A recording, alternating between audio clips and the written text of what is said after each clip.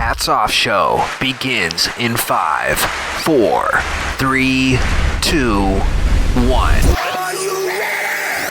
Welcome to the third edition of the Hats Off Show. My name is Jared Einson, alongside Adam Green. That was beautiful. That was beautifully synced right there. We make magic. We're so in sync. Thank you for joining us for the third episode now. Hope everybody had a really good Thanksgiving. I did not because the Cowboys lost, but then they won, so I think I'm in a good spot, AG. Yeah, take it week by week. You're happy, you're sad, you're happy, you're sad. You're like the girls in my past 3 relationships. Very, very true. I don't know, what have you been up to? Well, it's getting cold here in New York. Been staying inside. Actually watching a lot of movies in the theaters. Wait, you just said staying inside, but then watching. Are you cheating the system right now? Have you been watching a lot of movies inside your apartment in NYC, or have you been actually going to the theater? I actually have been going to the theater. Okay. I meant inside. I haven't been going to any drive-through movie theaters. Okay, what movies have you seen? Oh, I've seen a few. I saw Hunger Games. Are you sure? Because you hesitated. I am sure. I did see Hunger Games. I'm positive of that. With our first guest, Josh Hutcherson. Of course. He was a lot nicer to us than he was in that movie. Jennifer Lawrence. Yes, so I appreciate we got the good Josh Hutcherson. Is Gone Girl even relevant? Like, it's so long ago. No, Gone Girl is definitely relevant. Have you seen Birdman? I have not. You have not seen Birdman. Okay, I have seen Birdman now 3 times in the theaters. 3 times in the theaters. 3 times. Is Michael Keaton your Leonardo DiCaprio? Adam, I am trying to tell you how good this movie is. It is spectacular. Michael Keaton is making such a huge comeback with this movie. It's ridiculous. I saw 2 nights ago, actually, here, while you were in Miami, here in the city, I saw the movie Wild with Reese Witherspoon. How was that? I thought it was absolutely awesome because it's directed by the same guy that did Dallas Buyers Club. And what he does is he doesn't light his sets. He uses all natural lighting. Yeah. So none of it is manufactured. It's absolutely crazy. I saw Interstellar, and you know what else I saw? What did you see? I saw Whiplash. I did know you saw that. You know how I know? Because we saw it together. Oh, you do remember. But it was a little while ago now. I mean, it was almost, how long ago was it? Like 2 weeks ago? Yeah, a few weeks ago. Or 3 weeks ago or something? But Whiplash, which I think J.K. Simmons is going to get nominated for an Oscar for. Whiplash, let me tell you guys, is an exceptional movie. You should go out and see it. And I will also tell you why you should go out and see it. Because it is produced. Yes, I said produced, not directed, but produced by our guest today, Mr. Jason Reitman. So it shows you, Adam, how talented he is. He can direct, Oscar-nominated films and also produce them. I know I'm jumping the gun, but I think that this one is going to be very critically acclaimed and get a lot of buzz come Oscar season. I thought it was a great movie. Miles Teller, don't overlook him. I think he's kind of starting to come into his own. Yeah, so I guess this is no better time than to bring on our guest, AG. Are you pumped? I'm really pumped, Jared. I don't know if you're really that pumped. I think that was like a fake I'm pumped.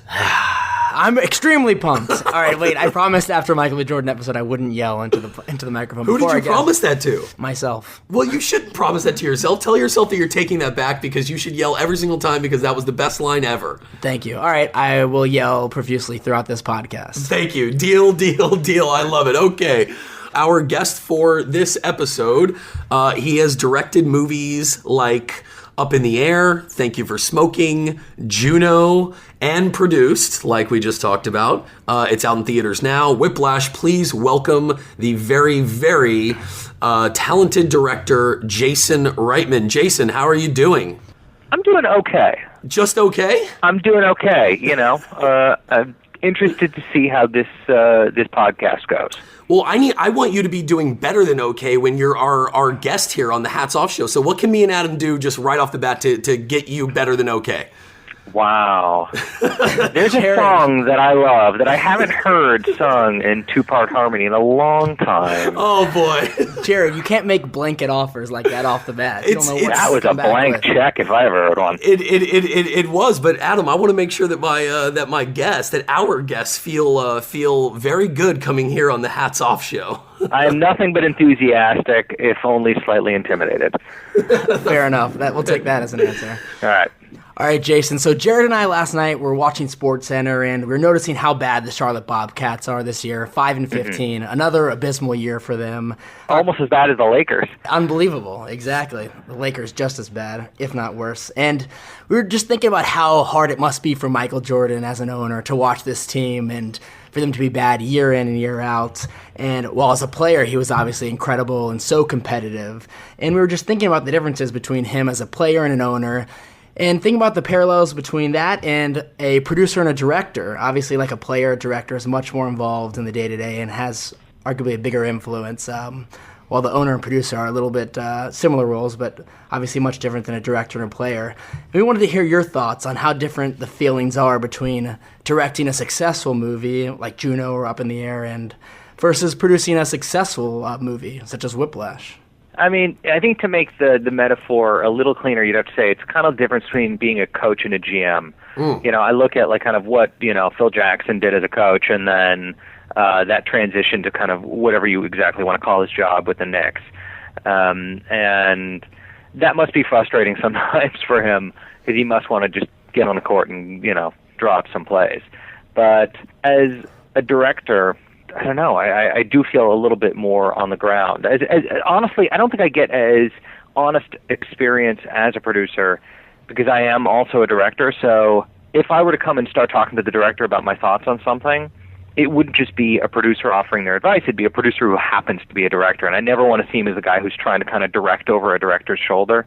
So Right. I give my directors a very wide berth. Like on Whiplash, for example, I was barely there. I mean, I think it's kind of generous that I have a credit on that film. Let me ask you this then, Jason, or try to put it in this perspective: is Michael Jordan has been there before. He's felt the most success that you can ever feel being a part of something, which is the NBA. And now he's trying it all over again as the owner. As the owner, if he were to go and win a championship, or just some kind of success, we'll call it a championship, do you think that he will feel as satisfied as he ever did when he led the Bulls to a championship? And it's kind of like the same thing with you. Like if Whiplash went on, or any movie that you ever produced went on to win an Oscar, is it ever going to fully satisfy you as much as if you win an Oscar as a director, or like when Up in the Air was up for everything? I mean, you bring up so many philosophical questions. I mean, let's break it down one by one. One, you are talking about a universe in which the Bobcats win the NBA Finals, which is so mythical. I mean, we might as well be talking about kind of, Wonka vision or something. It's just, but that's a nice fairy tale that to think about. My understanding of Michael Jordan is that he is so competitive that every bet means the world to him. So everything he's playing is a game of some kind, and he just needs to win everything. If Michael Jordan goes shopping and he wants to pick the right, the right checkout line, that is a game and he wants to win it. So Right. My guess is winning means a big deal. I mean, I saw that piece on him, the Michael Jordan at 50 piece, and that was really interesting to see how he's aging, how he's growing up, what his life is like now that the playing is 100% behind him. And it seems to be changing him a little bit, but he just thrives on winning. Now, the real question is, in this metaphor, is what is winning as a filmmaker? Yeah, that is. And that winning is a very an good Oscar question. is not necessarily winning as a filmmaker. Making a film that somehow represents everything you intended the audience to feel, that may be winning as a filmmaker. Having $1 billion in box office, that may be winning as a filmmaker. Mm-hmm. So the difference between a film that I directed winning Best Picture and a film that I produced winning Best Picture, they're both extraordinary feelings. And if that were ever to happen to me, I would be over the moon and so proud. And so proud of everyone I made the film with. And it's funny. I think perhaps when I made my first film, I was way more centered on my own personal goals and accomplishments. And with each subsequent film, as I get older, I really think of the films as these collaborations that I do with people that I love, artists that I've known forever. I've known my cinematographer since I was 15 years old.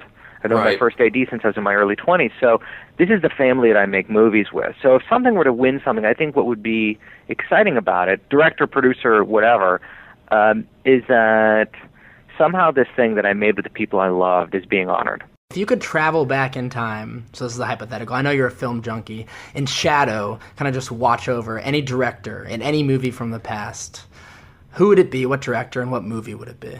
Oh, what a good question, and what a fantastic fantasy. There are so many. I mean, it's so hard to nail that down. I mean, I have these kind of, my favorite movie is Shampoo, so my automatic answer at first is just, I'd love to be on the set of Shampoo and watch Hal Ashby work and to see Los Angeles in the 70s at the kind of like the height of the kind of American cinema. I'd love to be on the set of Carnal Knowledge and see Mike Nichols working with Jack Nicholson. But then I want to go further back. I'd love to see Kubrick. I'd love to see Kubrick at so many stages. I'd love to see a Kubrick on The Killing when he's just figuring out how good a director he's going to be. But then again, I want to see him on the set of Clockwork Orange. I was just about to say that. How does he make that bizarre movie? How does he make it so haunting in real time?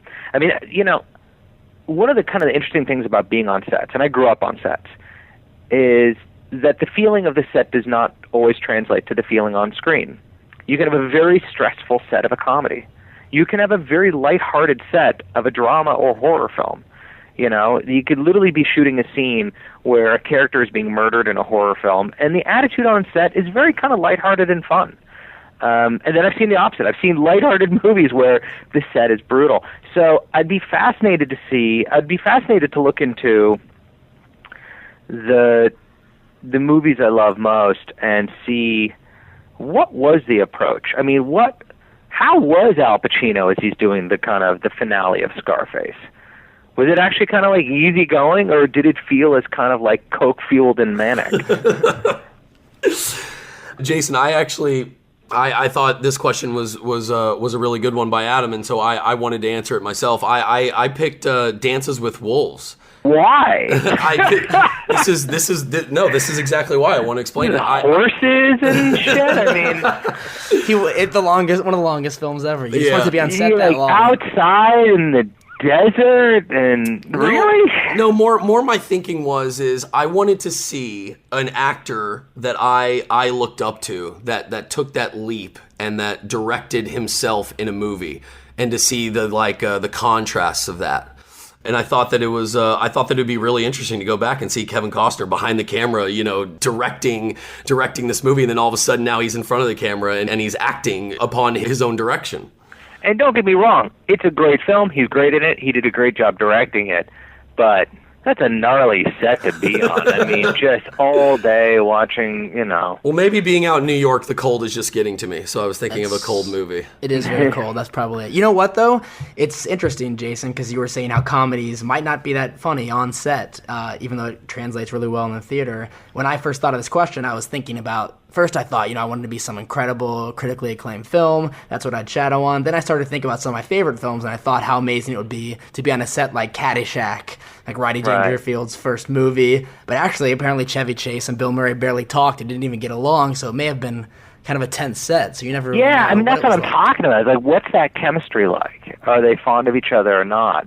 I mean, I'd love to be on the set of The Apartment, and see Jack Lemmon and Shirley MacLaine and see what their real-life chemistry was like, and see what it's like to watch Shirley MacLaine just jump onto the screen and watch Jack Lemmon and kind of like probably the greatest performance of his career. Yeah, and that actually brings up an interesting thing, speaking of chemistry. And Jason, I really want to get your insight on this one is if an actor is, let's say, we keep using parallels of sports on this show, but let's say you have you have an athlete, like, I want to give an example, Kobe Bryant. Everybody thinks that Kobe Bryant off the court is a headache, and he's a little bit of a headache in the locker room.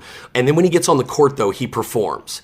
And he's delivered 5 championships now for the Lakers. And my question for you, speaking on chemistry, is if you have an actor, and off the court per se, so off the set, you know that he's a headache, you know that he's a nightmare, but you have already hired him, and then the movie comes out, and it is absolutely wonderful and phenomenal. He just brought it and delivered it. Does a director like you, 10 years down the line, 2 years down the line, do you work with that guy again, knowing that you made magic on the screen, even though off the screen it was a little bit of a headache?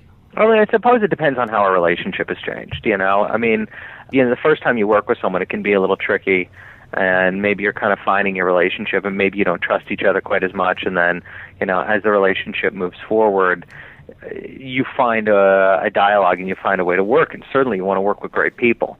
But if someone's going to be a headache every time, yeah, I think at a certain point life's too short. Again, and that's I think one of the differences between sports and film is that with sports, at the end, there's one goal is to win, and one team wins, and that's it. And if you need the best player, and the best player's a headache, you're going to have a headache on your hands. But there isn't only one actor, right, and there isn't only one win. So my suggestion is, you only get to make so many movies. You only live once. Find people that you love telling stories with, and right. and the work will translate. Yeah, but what if I told you, Jason, that you just got done filming that movie, it came out, it was amazing, he was a headache, and now the next movie, the studio is like, we want you to work with him again because it was just absolute magic. Would you take that job and work with him again? Or her? I mean, again, it's very situational, and certainly it's a tricky thing to make a decision when you're being threatened. But my gut is no. My gut is. Your gut is no. Wow. I mean, look, how many movies are you going to make? And it's a year, 2 years of your life, and are you going to spend a year, 2 years of your life? Because you remember, a director has to fall in love with their actors. You have to just fall in love with them so much that no matter what happens at any given moment, you just want to make them look good. Mm-hmm. And you can kind of feel it in a movie when you can tell that the director is in love with their actors. You can kind of see the way Scorsese feels about DiCaprio. He's in love with him, like in the best way. He wants to make him look great. I appreciate that reference, by the way. And no, but it's such a kind of it permeates it's such a through clear the screen. example. Yeah, you can really feel it on screen. He just loves them, And you can tell when a director doesn't love their lead actor. and if your actor is someone that's impossible to love for you, then, what's the point? Speaking of talking about how Scorsese feels about DiCaprio, I want to get your opinion on how you feel about some actors. If I told you all actors were publicly traded stocks, what actors are you putting in your stock portfolio? So you could diversify it and have some stable stocks like IBM and Apple, maybe some primetime actors, and then maybe some high risk, high reward, younger actors. Who are maybe 3 or 4 people that you're looking at right now who you think are great actors and either really established and still great, or really young stars who you think will turn into something? Buy low and sell high here, Jason. What? I have one qualification for this, and am I trying to make money on these? Am I just going for box office, or am I is this talent? Is this just I just want great actors who are going to be great in the movie, who raise the level of quality of the film? I definitely I think it's both, right? I mean, like Adam said, like you want your couple stocks that are just a sure thing and high hitters, but I would love to hear who you really would buy low and then you think you can sell high on in a couple of years. So you're looking for up and comer. This is not like I can't just say Daniel Day-Lewis is a brilliant actor. That's just because that's like buying Apple stock. Yeah, no, right? that's a good answer too. I think you'll have Daniel Day-Lewis in there. Yeah, mix it up a little bit. All right. I mean, when I think about the actors that I desperately want to work with. So I'll give you some kind of like pop, sensations. Tom Cruise, Matt Damon. These are 2 actors who are old school style movie stars, where I'm kind of happy to watch those guys do anything, and I watch them the way people have watched movie stars since the beginning of time. They're just enjoyable to watch no matter what they're doing. From just kind of pure, craft work, Charlize Theron, Kate Winslet, Paul Giamatti. These are guys, who are just so skilled and talented that they make the toughest things look easy. Mm-hmm. And if I was buying some stocks now, buying some cheap stock, I'm going to go with one actor who was introduced to me by a very good friend, and her name is Caitlin Dever. And I think she has so much potential and so much ahead of her. And I just can't remember. Oh God, what was my friend's name who told me about Caitlin Dever? If I just think long enough, I'm sure it'll come to me. I will tell you, Jason, that this friend sounds like an amazing, amazing friend. So I will say that. Yeah, the kind of friend with the kind of the thoughtful vocal advice that one would say, is the kind that should have a podcast. Adam, by the way, do you know who this actress is that he just bought low on? Tell the audience. Okay, so she is very, very talented. I noticed her first in a movie called Short Term 12. And then I don't know if anybody out there has seen that movie, but if you haven't, you need to go see it. And then I called Jason was looking for a role to fill on Men, Women, and Children, and he kind of just described to me the role, and I said, listen, you got to go see this film. And I think, Jason, didn't we go see it like the next day? Yeah, we went out to the Landmark on Olympic. And we went and saw the film, and literally after, he was like, "Gotta hand it to you. She is an awesome actress." And then she ended up being in his movie, and she's a wonderful actress. I can't. I think that's the best. I wrote down a couple of mine, by the way, Jason, and I now am regretting that I didn't write down Caitlin Dever. Ooh. Yeah, You did better than write it down. You did the real thing and suggested. Well, yeah, that's true. I did. Yeah, but still, I mean, you lost faith so quickly. Yeah, I actually, Jason, you know who I wrote down for my buy low and sell high for a couple of years? DiCaprio. No, I didn't. No, I actually wrote down, and it might be a little bit of bias because she's my friend, but I'm getting an awesome, front seat view at her career, but is Eve Hewson, who you met a couple times. Yeah, no, she's fantastic. She was amazing in Hollis Center's film. Yeah. She was great in Enough Said, and she's great opposite Clive Owen on the Nick, and she would be one of the ones that I could buy low on right now, and in a couple of years, then sell high. And then I also put on there McConaughey because he is just killing everything he's doing. And then I also put on there Michael Keaton. I thought that was a pretty interesting choice. I'm really anxious to see what is going to happen with his career and what sort of comeback he's going to have now with the whole Birdman thing. Well, it certainly feels like we're going to get more Michael Keaton films, and that's a great thing. It does. It definitely does. You know, Jason, how in sports, when you win a championship and then the next year they go and they win another championship, oftentimes on that second championship, you think that team was even stronger than the first time they went. They had the same coach. They had the same players. They had the same chemistry. They've been there before. Their bond is stronger, better than ever. So my question for you is, how come oftentimes in Hollywood are sequels not working when it's the same director, it's the same writer, your stars are back for another one? And to give you an example, and I know it's not for every single one, but I had just seen, I saw a week and a half ago, I saw Dumb and Dumber 2, and I was very, very disappointed. And this is coming from somebody who, if you ask me what my favorite comedy of all time is the first Dumb and Dumber. But it was the same directors. They wrote the first one. They wrote the second one. The same stars. Can you give us any thoughts on that? Yeah, I mean, look, I think a basketball team going back to back is only going to have more chemistry their second time around. But making a great film isn't just about having chemistry and winning. It's about having something to say. And the reason why we love these original films so much is because they said something that never had been said before. And that's what's thrilling. So to come back and have a sequel where they're basically just rehashing everything, I mean, why are they making the sequel? They made the first film because they had something to say. They made the sequel because with all that money out there, how could you not? I mean, that's the reason why they're there. So how could you expect a good movie that's only being made to make a lot of money? The only cases in which the sequels have been as good or better have been when the filmmaker has something important to say. I think that's why Aliens is a great film. That's why Terminator 2 is a great film. That's why Godfather 2 is a great film. Because the filmmakers behind them had a real reason to go make sequels. Right. So do you think then, like the Farrelly brothers who went and made this one again, that it's more of a business decision to at an opportunity to make money rather than it is? I mean, it is like 23 years later, rather than them going, oh, you know what? I have something to say and I have another story to tell behind the original story that I once told. I mean, look, I don't know why the Farrelly brothers made another Dumb and Dumber movie. The first one was really funny.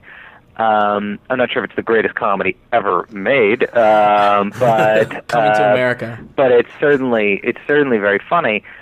My gut, as a director, is that they wanted to experience what it was like again to make that film. That there was so much joy they had making that film, watching it release, having it be kind of part of the culture, that They said, they probably just thought we want to relive this. And I get that feeling. I mean, certainly I've looked at kind of the joy I've had making some of my films and gone, God, if there was some way to relive that, I would really cherish those moments on set and cherish those moments as it got released. But you have to wonder how much damage you do when you try to recreate something and fall short, which happens, 99% of the time, And again, I go back to, why does James Cameron make Terminator 2? Right.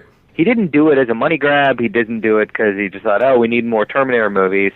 He had a really original take on what the sequel could be, taking Arnold from the bad guy, turning him into the good guy, taking CG, which he really pioneered in The Abyss, and taking it to the next level with having like a first kind of full CG character that was interacting with the environment and other actors.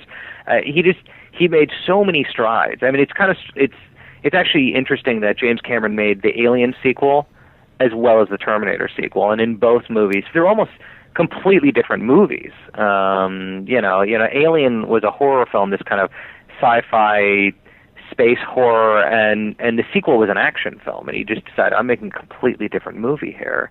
And Terminator Judgment Day is a completely different movie from the original. What do you think is the best sequel ever made? I mean, it's hard to argue with The Godfather 2 being it's a great best answer. sequel ever made. I mean, how do you, it won Best Picture. It's absolutely brilliant. All the performances are fantastic. You could argue which one's better, the first one or the second one. But I mean, really, how do you pick a better sequel? I mean, do you guys have a better one than Godfather 2? I Know What You Did Last Summer too. Certainly a far superior film than I Know You Did Last Summer 1. No, I don't. I was definitely thinking of that one. Honestly, I mean, I can only think of movies where the sequel was interesting. Like Beverly Hills Cop 2 was interesting. There was like a Tony Scott version instead of the Martin Brest version, and that's kind of interesting.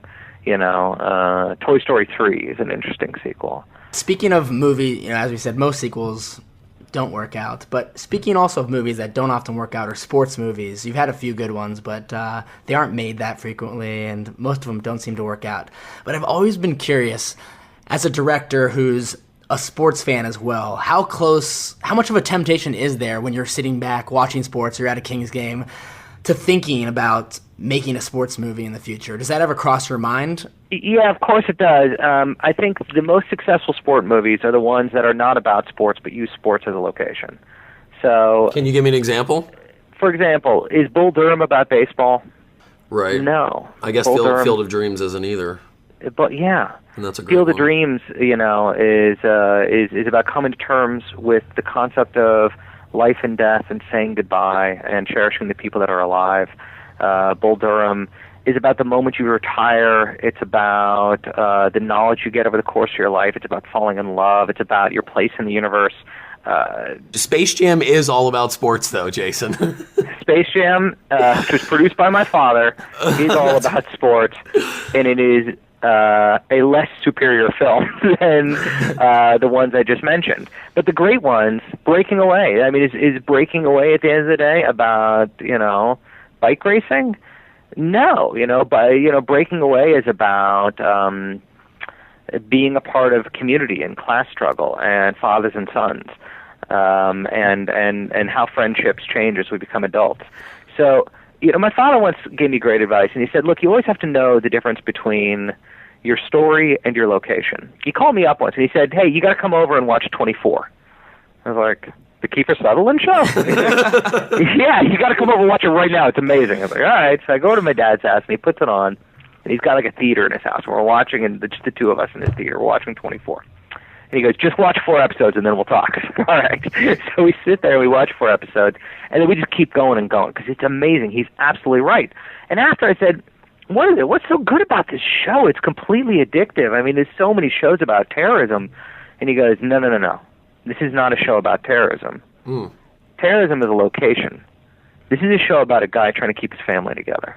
That's super interesting. And he was dead right. And if you think about every great movie, every movie you love, that's the truth of it. Is The Godfather about the mafia? No, they don't even use the word mafia in The Godfather. The Godfather is about fathers and sons and brotherhood and family.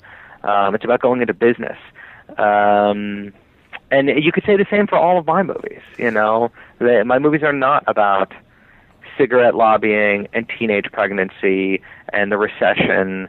Those are locations to discuss kind of bigger ideas. So with the sports movies, the ones that we really love at the end of the day are not actually about sports. Do you think that Rudy is about football? And did you like Rudy? I think Rudy is a fine film. I don't think it compares to the ones that I was mentioning before. I guess Rudy is about David and the Goliath and never counting someone out. I mean, ideas that I don't know. I don't find particularly interesting. But Bull Durham is a movie. I mean, so good. You could watch that over and over. It's just, the writing is so tight, and the characters are so strong, and the perspective is just beautiful. What it means just to be 10 years older, what it means to be born just a step slower but with the brains, and like one of the best female characters ever written that Sarandon just crushes. So Jason, do you ever get that itch? And Slapshot. Sorry, I forgot Slapshot. Oh yeah. Slapshot, which isn't about hockey. Slapshot is about kind of life in a working class town. So whenever you're at a sporting event or watching sports, do you ever get that itch to make, whether or not it's a sports movie or the setting is just around the sports world? Do you ever think about maybe diving into that? I mean, certainly a little, and I've kind of dabbled here and there. Part of me has always wanted to make a movie about a referee. I feel like the Great Referee movie has still not been made. Yeah, because the comedy's been done. Forget Paris. Yeah. Do you remember that one, Adam? Yeah, Billy Crystal, right? Yeah, with Billy Crystal. Yeah, so they did like kind of like a comedy one. But you're absolutely right. Didn't they do one where Whoopi Goldberg played a ref too? Am I making that up in my head? She was the coach. She was the coach, Eddie. She was the coach. She was the fan of a downward spiral New York Knicks team that needed some kind of publicity to put fans back in the stands. That's it. Jason, that is a great angle and take, is something about in the referee world. I definitely agree with that. I knew a guy who reffed Olympic hockey and like minor league hockey, and it was just interesting to hear his perspective on the whole thing. Jay, so we've come to the last segment, or I guess the last part, and this is a segment that me and Adam are trying to catch on here at the Hats Off Show, and it's called Opposites Attract.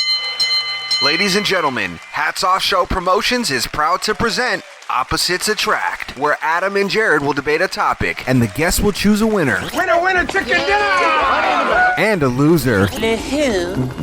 The her. Arguing out of the red microphone from Dallas, Texas, he has seen Celine Dion 3 times live in Las Vegas, Jared Einson. And his opponent across the studio, arguing out of the blue microphone, also from Dallas, Texas. He once shared an elevator ride with Kevin Costner. They did not make eye contact nor speak to each other. Adam Green. Our Opposites Attract section begins with, actually, I don't know if our audience knows this, but our guest is also an actor. He has played Granger Grandson in the movie Twins, and the role of Kissing Boy in Kindergarten Cop. Bear with me, Jason. I think the line's getting weak. So, me and Adam are huge Arnold Schwarzenegger fans. We grew up watching him, and me and Adam also grew up together.